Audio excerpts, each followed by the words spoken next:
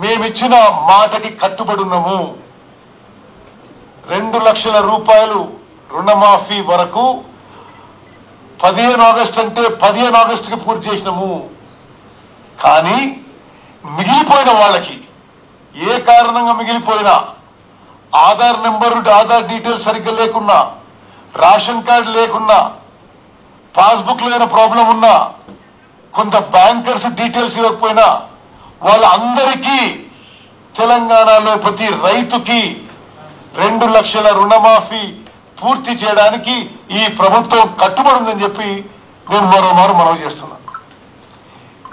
ఈ ప్రభుత్వం మేము అధికారులు వచ్చిన రోజు నుంచి గతంలో వేసిన అనేక తప్పుడడుగులను కూడా రైతుల విషయంలో కరెక్ట్ చేశాం.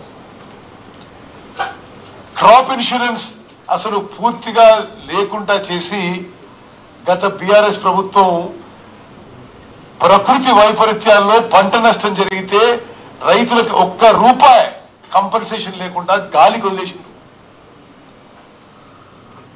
అనేక మార్లు ఆనాడు ప్రతిపక్షంగా మేము వడగండ్ల వాన గాని, వరదలు గాని, మరి ఇటువంటి ప్రకృతి వైపరీత్యాలు ఏమొచ్చినా మీరు ఇన్సూరెన్స్ చేయండి, రైతులు ఆదుకోంటే ₹1 ఇవ్వలే గత బీఆర్ఎస్ ప్రభుత్వం.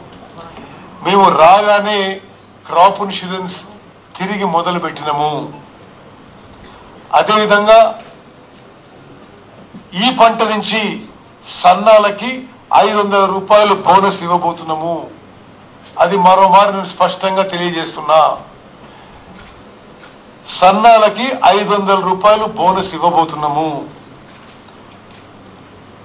మేము అధికారులు వచ్చిన తర్వాత వడగండ్ల వాన గాని ఇటువంటి ఏ ప్రకృతి వైపరీత్యం వచ్చినా రైతులకి కంపెన్సేషన్ ఇచ్చినాము, మీరు ఇవ్వలేదు.